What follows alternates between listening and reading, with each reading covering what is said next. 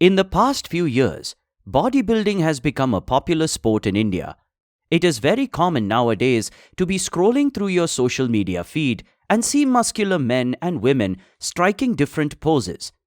But things were not always like this. Up until recently, bodybuilding was not widespread in India. In fact, it was seen as a niche hobby for men on steroids. So how did things change?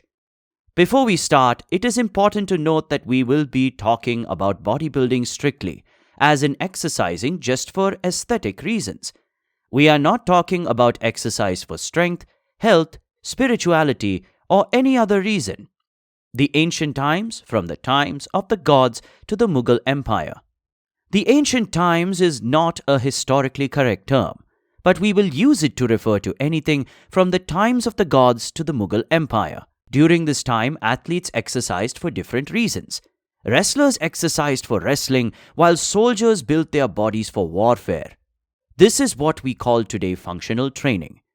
Although we can assume for sure that there were many people who looked jacked and aesthetic during these times, appearance was not the main goal. Some forms of exercise from these times include archery, rope climbing, stone lifting, and stone throwing, swimming, dancing, wrestling, mace or gada swinging, and yoga.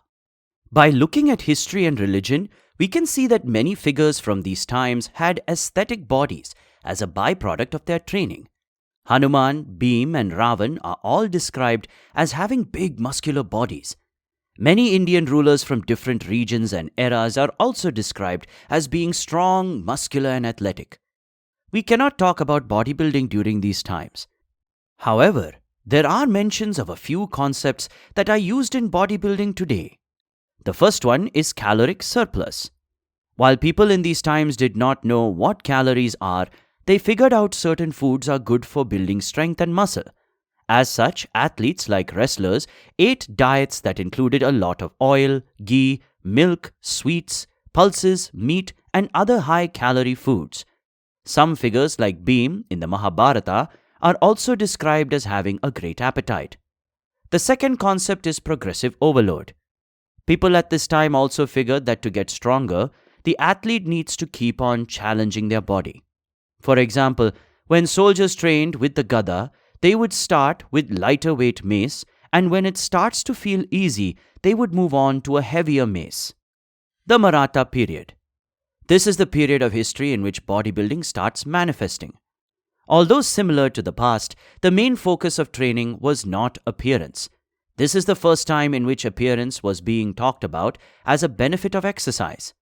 Sri Samarth Ramdas, a devotee of Hanuman, was a big proponent of physical exercise.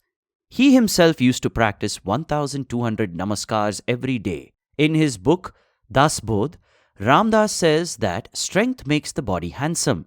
Although Ramdas advocated for strength mainly for spiritual and health reasons, the fact that he mentioned appearance is something new. While traveling across India, it is said that he inspired every place he stayed at to build a Hanuman temple with a gymnasium attached to it. This is where the tradition of having a Hanuman idol or photo in gyms comes from. The Peshwas were also fond of exercise, and they built gymnasiums. Nana Sahib Peshwa's gymnasium contained 24 pieces of exercise equipment, including stone discs, clubs, maces, and swords. We can look at this as a prototype for the commercial gyms of today. The 1900s. The early 20th century is when bodybuilding as we know it today developed in India. In 1930, Ghosh and Sen Gupta, two bodybuilders from West Bengal, published their book titled Muscle Control and Barbell Exercise. The book had two sections, as you can guess from the title. The first section was called Muscle Control, which goes over different ways of flexing and posing. A good portion of this section was derived from yoga. The second part had a selection of barbell exercises for different muscle groups. This section contained explanations for different bodybuilding exercises using barbells. These are the same barbell exercises that everyone does today, like bicep curls and squats. In 1951, Ghosh's student Mantosh Roy won the Mr. Universe in Group 3 Amateur Division, and in 1952, Manohar Aik, nicknamed Pocket Hercules, won the Mr. Universe Gold title. It was also around this time that the Indian Bodybuilders Federation or IBBF was founded. From this point onwards, bodybuilding in India will only keep on gaining popularity. Modern era. From the 80s onwards, Bollywood and Hollywood movies made bodybuilding popular. Muscular actors like Salman Khan and Arnold Schwarzenegger were cast as protagonists and presented as role models of masculinity and an example of what a man is supposed to look like. From the 2010s onwards, social media made bodybuilding more popular than ever.